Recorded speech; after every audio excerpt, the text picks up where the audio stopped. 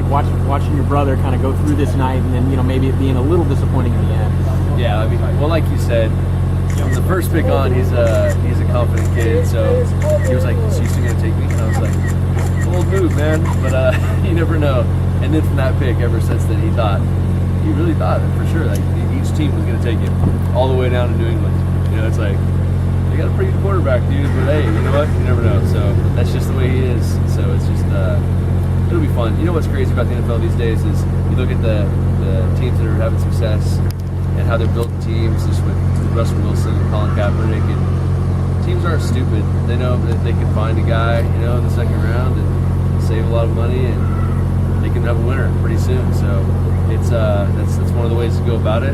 Maybe that's the situation Derek will find himself in. There's three facets to this. There's the brother, there's the fan, and then there's the competitor, former player. Which, I mean, how do you manage all of those characters? It's a different emotion, like when you're going through this, because it's funny. My son Austin, who was like a year old, he's like, "This was a lot easier when you went through it." And I was like, "You were 10 months old." So, but it was different because I didn't have to sit there and be like, "Oh, is he going to go here?" And you start thinking about the guys and the coaches that in these teams. And then that pick goes by, and you're like, "Okay, so maybe that's not the spot." And then the whole thing goes through, and you're like, "Okay, well, tomorrow I guess make pancakes." So we'll just wait and see. But it's a different emotion because you find yourself as a fan of the game, and then a brother, and then you're trying to mentor him at the same time. So it's a fine line, but he's got such a good perspective, and he's been around this game. He understands that this is a possibility, and I mean, he can go super early, he can go later tomorrow. So you never know. One thing he does know is he's going to be on a team. He's going to be, in about a week or so, he's going to be out on a football field, competing and trying to be an NFL quarterback. So that's really what I've gotten him ready for. All this stuff is stuff that doesn't necessarily matter. I mean, obviously you're gonna go to a different city. You're gonna move your family and your son and your dog, and that part is the dramatic part, right? But when it comes down to it, you still got to go out there about a week or so and throw some footballs on a football field and try to be a quarterback. So that's the stuff I've been trying to get ready for.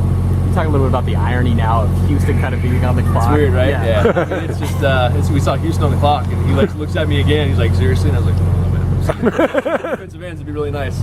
So I know you probably don't want to be in Jacksonville right now, or but it's they put together a nice defense, and they're a good team, man. They're just like Kansas City and those teams that Indianapolis was at the top of the draft a couple years ago, and the way the NFL's set up now, I mean, you're a quarterback away, you're a player away from being in the Super Bowl. So it'll be interesting to see how this whole story pans out.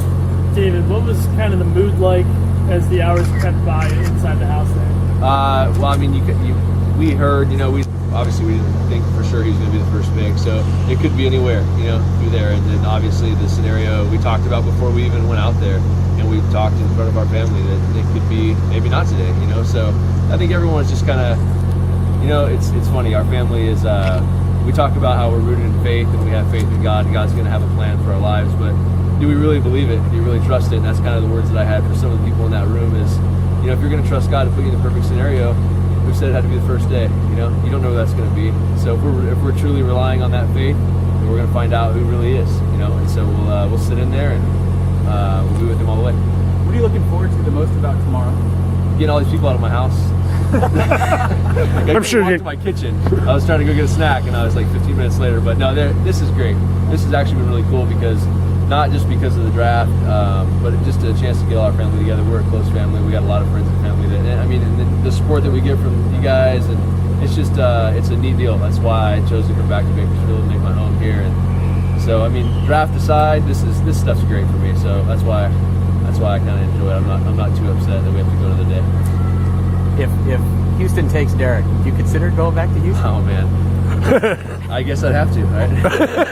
Just to finish that story off. But I told him just to wear 8, because every quarterback since me is worn 8. So might as well just roll with it if they pick you. So we'll see what happens, man. It should be fun. Cool. Hey, thanks, guys. Yeah, thanks for coming out and hanging out, dude. I know it sucks, but thank you very much. We'll be back tomorrow. We're going to barbecue tomorrow.